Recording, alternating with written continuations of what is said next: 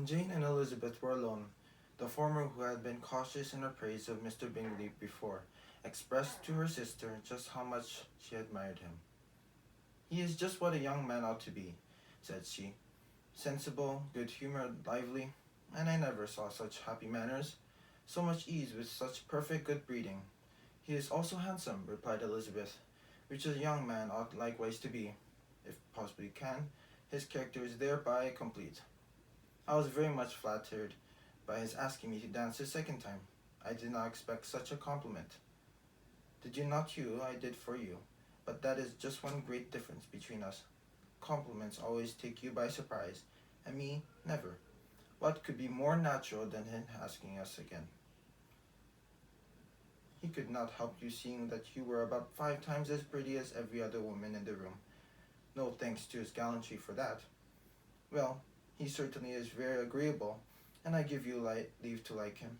You have liked many a stupider person.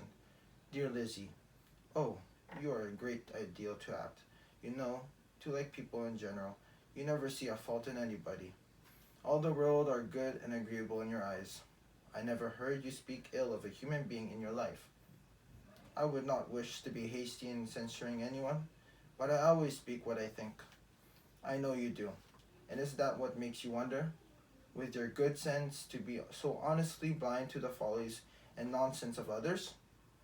Affection of candor is common enough. One meets with it very everywhere.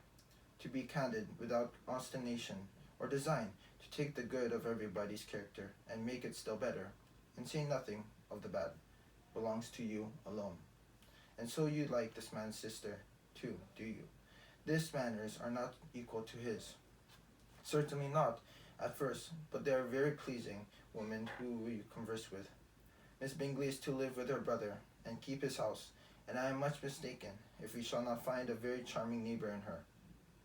Elizabeth listened in silence, but was not convinced their behaviour at the assembly had not been calculated to please in general. And with more quickness of observation and less pilancy of temper than her sister, and with a judgment too unsalutated by any attention to herself, she was very little disposed to approve them. They were in fact very fine ladies, not deficient in good humour when they were pleased, nor in the power of making themselves agreeable when they chose it, but proud and conceited. They were rather handsome, and had been educated in one of the first private seminaries in town, had a fortune of £20,000, were in the habit of spending more than they ought, and of associating with people of rank, and were therefore in every respect entitled to think well of themselves, and meanly of others. They were of a respectable family in the north of England, a circumstance more deeply impressed on their memories than their brother's fortune and their own had been acquired by trade. Mr. Bingley inherited property to the amount of nearly £100,000 from his father, who had intended to purchase an estate, but did not live to do it. Mr. Bingley intended it would likewise, and sometimes made choice of his country, but as he was now provided with a good house and the liberty of a manor, it was doubtful to many of those who best knew the easiness of his temper, whether he might not spend the remaining of his days at Netherfield, and leave the next generation to purchase.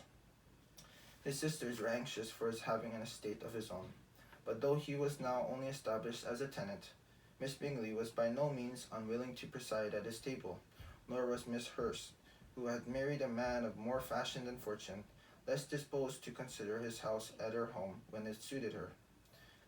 Mr. Bingley had not been at the age of 2 years, when he was tempted by an accidental recommendation to look at Netherfield House. He did look at it, and into it for half an hour, was pleased with the situation and for the principal rooms, satisfied with that owner said in its praise, and took it immediately. Between him and Darcy there was a steady friendship, in spite of great opposition of character. Bingley was endeared to Darcy by the easiness, openness, and ductility of his temper, though no disposition could offer a great contrast with his own, and though with his own he never appeared dissatisfied. On the strength of Darcy's regard, Bingley had the firmest reliance, and of his judgment the highest opinion. In understanding, Darcy was the superior. Bingley was no means deficient, but Darcy was clever. He was at the same time haughty, reserved, and fastidious, and his manners, though well bred, were not inviting. In that respect, his friend had great advantage. Bingley was sure of being liked wherever he appeared. Darcy was continually giving offence. The manner in which they spoke of the Meryton assembly was sufficiently characteristic. Bingley had never met with more pleasant people or prettier girls in his life. Everybody had been most kind and attentive to him. There had been no formality, no stiffness. He had soon felt acquainted with all the room, and as to Miss Bennet, he could not conceive an angel more beautiful. Darcy, on the contrary, had seen a collection of people in whom there was little beauty and no fashion, for none of whom he had felt the smallest interest, and from none received either attention or pleasure.